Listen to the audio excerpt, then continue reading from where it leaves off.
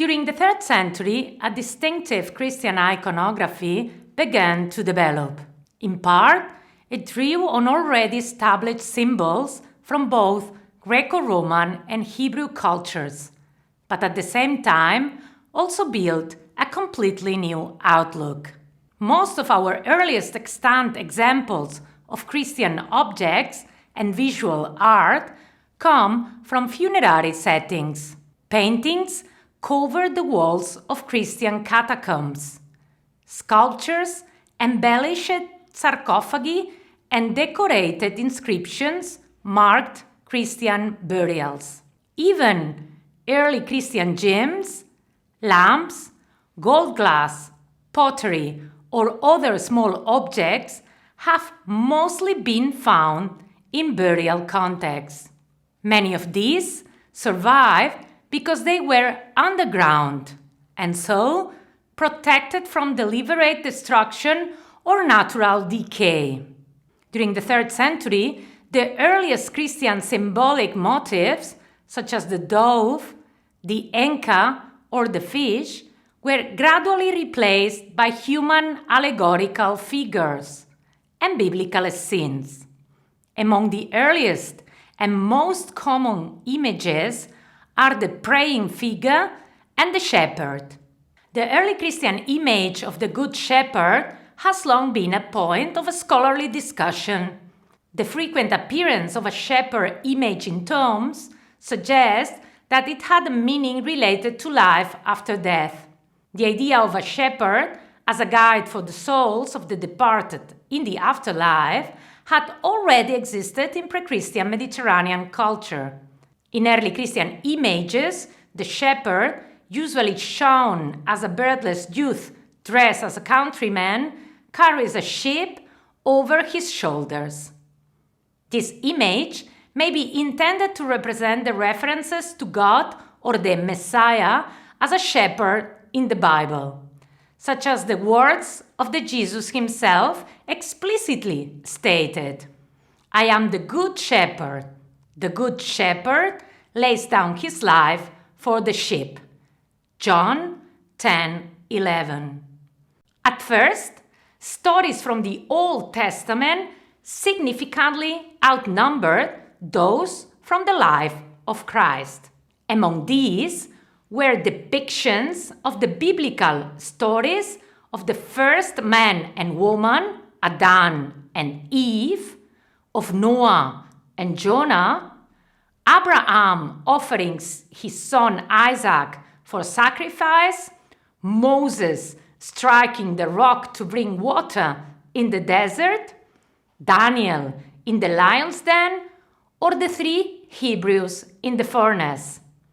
These scenes could also be interpreted as prefigurations for the life of Christ. For example, the prophet Jonah was saved from drowning by being eaten by a giant fish. After spending 3 days in its belly, he was released alive when God responded to his prayer and commanded the fish to vomit him up. According to the Gospels, Jesus refers to the sign of Jonah as a prefiguration of his own death and resurrection. These images all echo the major Christian emphasis on personal salvation.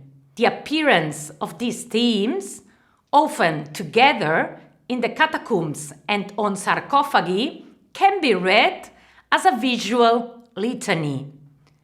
Save me, Lord, as you have saved Jonah from the belly of the sea creature. Save me, Lord, as you have saved the Jews in the furnace. Save me, Lord, as you have saved Daniel in the lion's den. An early Christian prayer for the dying, called the Commendatio Animae, literally commending a soul, invoked the salvation of biblical figures.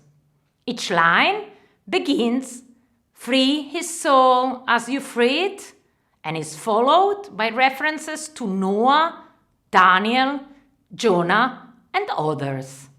A 4th century glass bowl found in Podgorica in Montenegro is engraved with some of these images, accompanied by Latin inscriptions quoting directly from this prayer. These themes, which appeared on tomb walls as well as on small personal objects, also evidently came to be used in places of worship. The earliest example is the decorated baptistry found in a Christian meeting place at Dura Europos in Syria, dated between 240 and 249 AD. Its frescoes depict biblical scenes such as the healing of the paralytic, the walking on the water, and the woman at the well.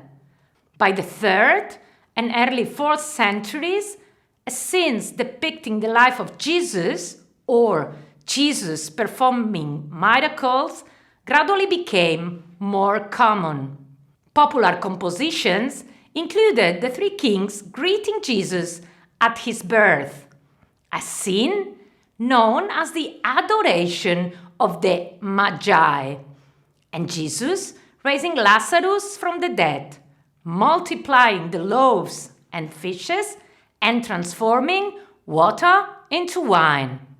Depictions of Jesus performing miracles often show him holding a staff, possibly a reference to the authority of the Old Testament figure of Moses.